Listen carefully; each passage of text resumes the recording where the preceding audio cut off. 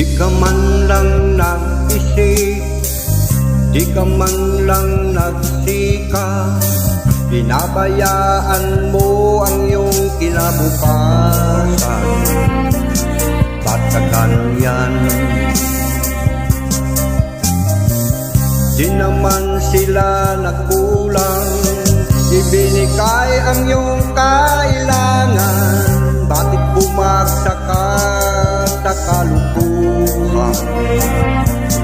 Nagpabaya ka, lagi kang naglalasing, magulang mo'y di pinapansin. Nais lang man nila'y sa iyong kabutihan. Magbago ka, magbago ka, magbago ka, magbago ka.